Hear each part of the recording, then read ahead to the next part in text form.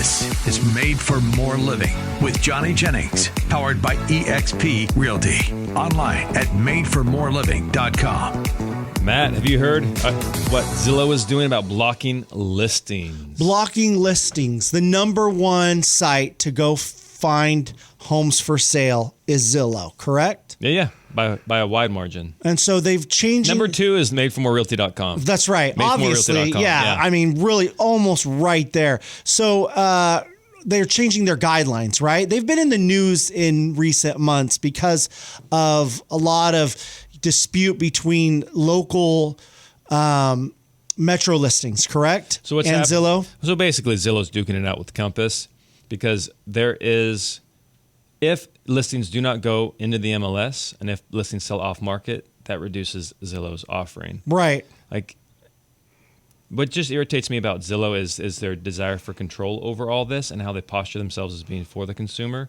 But what's happening with this is they're saying, if they're, I don't know, you should just be Switzerland. If you're for the consumer, then promote the homes. But what they're doing is they're saying they're doing this in defense of the consumer. They're doing it in defense of their market share. So if somebody markets a home off market, Zillow identifies that, then you are not allowed to go on the Zillow portal when you go live. And so that's basically what they're saying. Starting June, that you will not be able to go on the Zillow website. You won't find their house on Zillow, Trulla, any of those sites. Wow. Yeah. So I mean, I get from their perspective what they're trying to accomplish, but it just seems like How do you think that's going to play out? How do you think that will work then? I think how it's going to play out is that the MLSs who Zillow pays are going to back Zillow, and they're going to say, do this. But what's ironic about the whole... So Zillow's going to get their way. That's my prediction. But what's ironic about the whole thing is right now, as of this recording, if you go to Zillow.com, there's literally a box you can check called Coming Soon, and you can filter on Zillow's own website for Coming Soon properties. But they don't want you to be doing Coming Soon off their platform. And the whole reason why the Coming Soon was outlawed in our local MLS was because they were worried about people double ending, representing both the buyer and the seller on the sale of that property.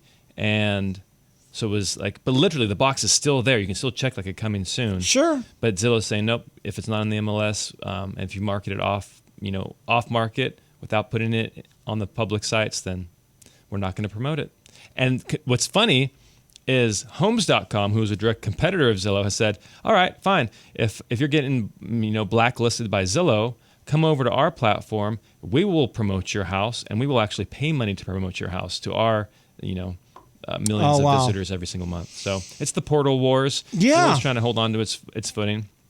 Well, what's interesting too is Zillow's also really pumping their Zillow Showcase offering, which is a way to promote your listing over other listings. Like we've talked about it on the show before. How are you promoting somebody else's listing without, suppressing other people's listings? Right. And so what Zillow does is they will, and full disclosure, like we actually signed up for this program. First time I've paid money to Zillow in a long time because I think it might be good for the consumer, for our clients. Because right now, as of this recording, last I checked, let's say there's 8,500 houses on the market right now, active on the market. Out of those houses, 93 had this extra marketing package that our company can now provide our sellers, which is incredible. It's less than 1%. So, but Zillow has this Zillow Showcase program where you can now promote your property. So I'm using it to promote my clients' properties and get them more exposure and make sure that they're getting top dollar and their homes are selling in the timeline that they want. Right. But I kind of think it's a little hypocritical for Zillow to say, nope, don't use these other strategies to market the home. Only use ours. And by the way, it's your listing. You might have spent money. You might have spent time generating that business for you and your company. But if you want to promote it further, pay us extra money. Yeah. Here's I was literally for a run. So I'm training for an Ironman. So you got to do a lot of running. And I'm like, it's probably, I should be running at least 10 to 12 miles a day, which I don't care how fast you run. That's still a chunk of time. And so I'm just stuck in my own head. And I was thinking about this as I was running. And as far as, I totally forgot what I was going to say. Well, from my perspective, it's Zillow. It's their website. I know it may not seem fair to everyone else, but they're going to do what's advantageous to them. I get it. For them to make the most money. I got it. So if it was Made for More Realty's website, obviously you want to promote your own listings. I don't do that. You don't? I don't. There is a way you can filter. You can promote your own listings. I don't. I want people on my site who are able to see what they want to see. Like we have a branded app. So that way, because what Zillow does is they sell that information. They sell all your information. They sell the cookies. Right. They retarget it. So like vendors are getting title, escrow companies. We do not do that on our app. Like you can search privately. Well, you just have a different integrity and ethics in the way that you conduct business than I would say most businesses out there. Because everyone's grabbing information. They're grabbing your data. No matter what website you go to, they follow you. You know, those cookies follow you wherever you go. It's because I'm local. Like, who is Zillow? Like, where are you going to go into their office and like be mad at them? Like I work with the end consumer. I'm in their homes. We know their families, and when you are that close to the situation, there's more. I think there's more accountability. And honestly, Zillow doesn't have the accountability of like if you had a complaint with Zillow as a homeowner, who are you going to call? Right. Like, there's not a Zillow helpline. You know, so what I was going to say about Zillow is, as I was doing this run,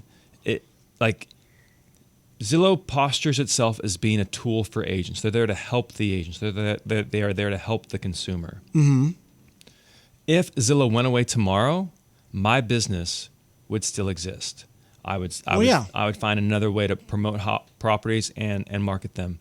If real estate agents went away tomorrow, Zillow would not exist. It would totally not exist. That's a good point. And so Zillow is built off the backs of agents, and when they are now getting more aggressive in their stance and trying to preserve their market share, it just seems like you're biting the hand that feeds you. And I don't think it's going to play out well in the long run for them. But in the short term, we do have that special program.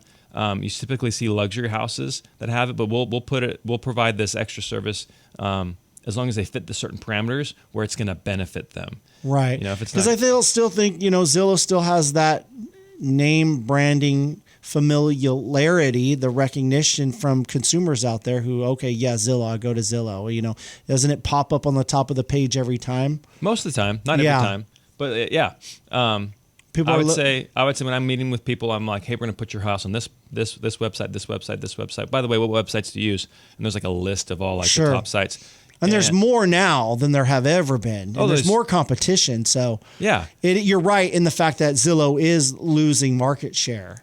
Well, what always happens though is when I'm talking to them, I'm like, what websites do you like to use when you're looking at properties online?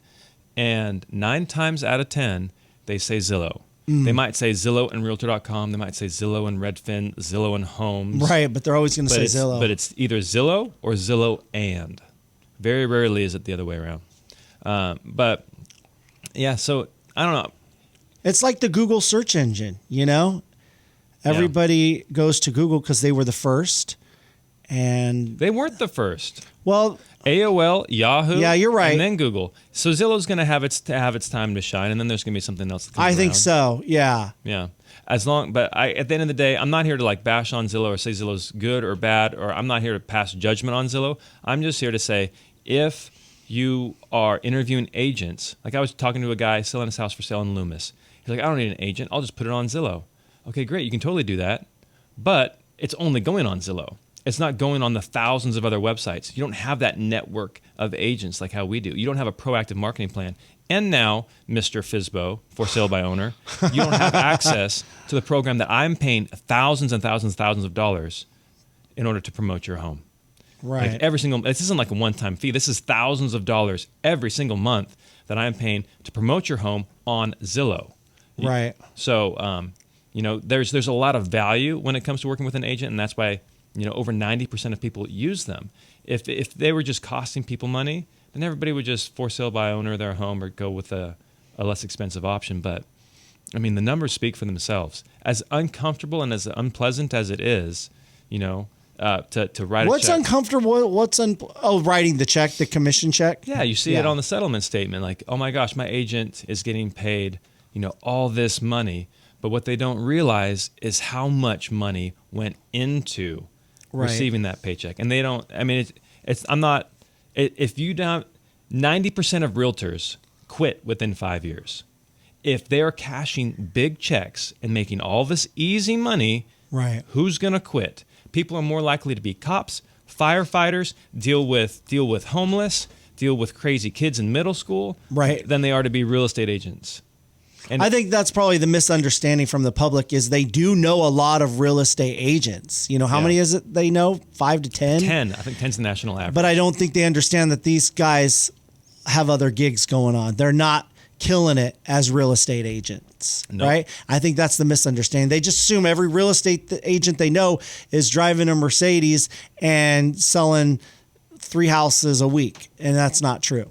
And when we come back from the break, I'll actually tell you what's really frustrating for the client in dealing with the realtor and what's really frustrating for the realtor, because honestly it comes down to expectations.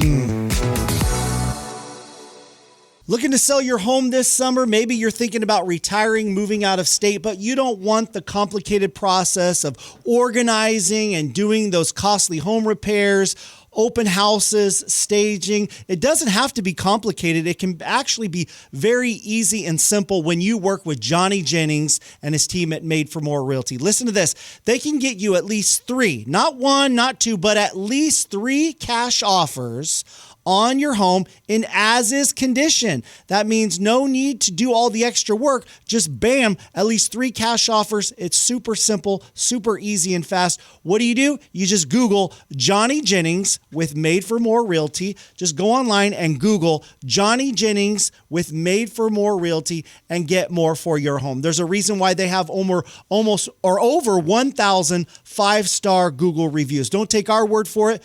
Do the research yourself. Again, Google Johnny Jennings with Made for More Realty and get more for your home.